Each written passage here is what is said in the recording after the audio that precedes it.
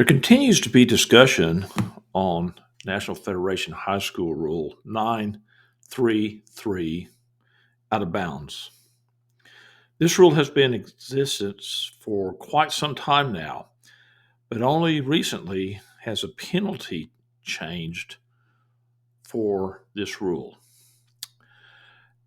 933 out of bounds. Player leaving the court and returning back into the court during play and touching the ball. Along with that, I would suggest that we have to be taking in consideration advantage, disadvantage.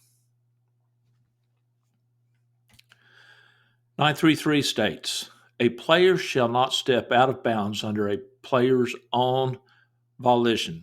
This is voluntarily, and then become the first player to touch the ball after returning to the playing court or to avoid a violation.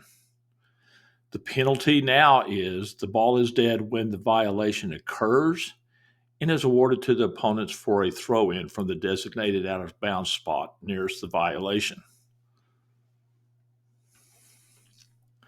Let's look at the situations here given in the casebook for Rule 933. A1 receives a pass while in the restricted area of the 3-second lane. A1 passes the ball to A2 outside the 3-point line.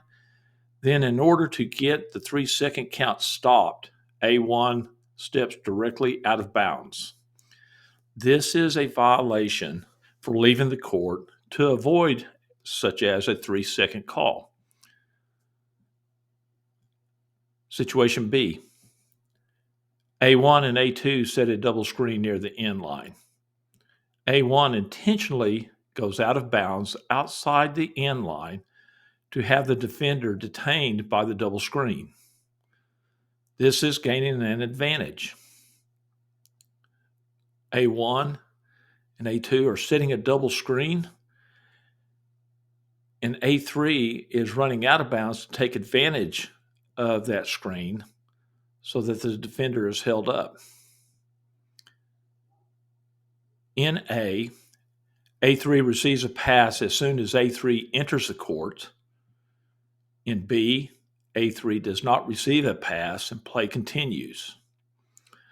The ruling for this is in A, call a violation on A3 as soon as A3 catches the pass. Then in B, this is the rule change. There's no violation that has occurred. In the past, we would be calling the violation as soon as A3 had stepped off of the court to run around the screens. The change now is that we are now waiting to see if A3 retrieves a ball, is past the ball, is taking some type of an advantage to receive a ball in hand. Immediately as they return into the court, that's when the violation is called. In situation C, A1 and A2 set a double screen near the end line. B3 intentionally goes out of bounds outside the end line to avoid being detained by A1 and A2. This is basically the same situation as we just had, except now the defense is running off the court and around the screens. Just as B3 goes out of bounds, A3's try is in flight. Ruling here, there's no violation for the defense leaving the court to avoid a screen unless B3 is the first player to touch the ball when returning to the court.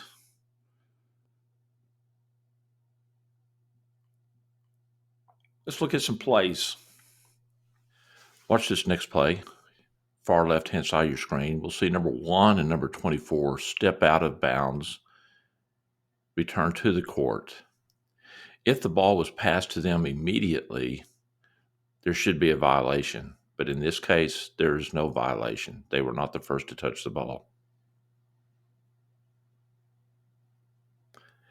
In this video, again, far left-hand side of the screen, we'll see number 24 go around the screen, come into the court. If the ball was passed immediately to 24, he shoots, should be a violation. Now let's look in the rule book, National Federation High School at 7-1-1 out of bounds. Interestingly enough, 7-1-1 says a player is out of bounds when the player touches the floor or any object other than a player or person on or outside the boundary.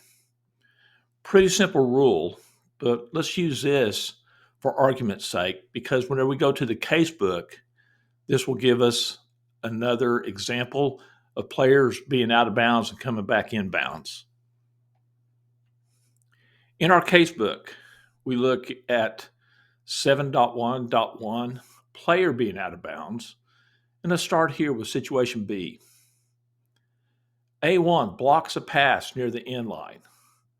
The ball falls to the floor inbounds, but A1, who is off balance, steps off the court.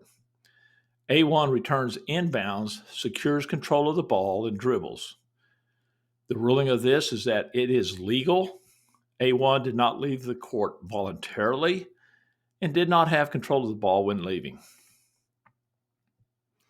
Situation C. A1 blocks a pass near the sideline and the ball goes into A1's front court. A1's momentum carries A1 out of bounds. The player immediately returns inbounds, secures control of the ball, dribbles, shoots, and scores. The ruling of this particular situation is legal.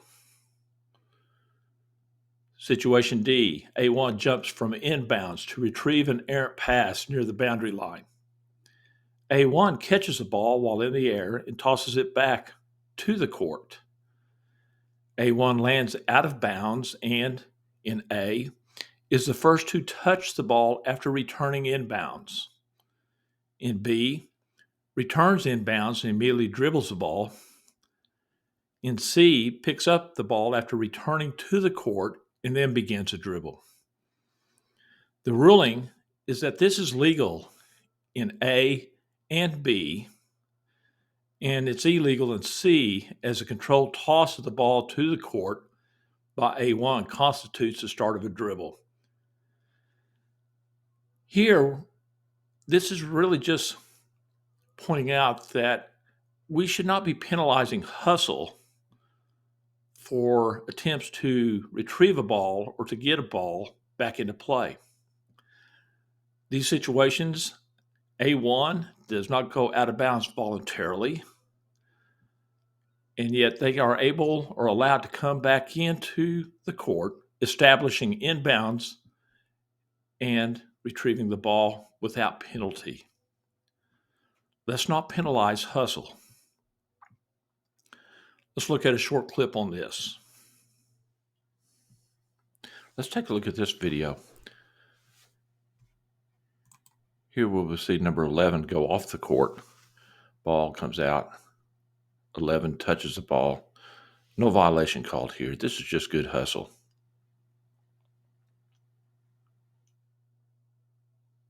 I hope this helps in determining when to penalize players coming off the court and then coming back into the court, and hustle of players non-voluntarily going off the court and coming back into the court and letting play continue.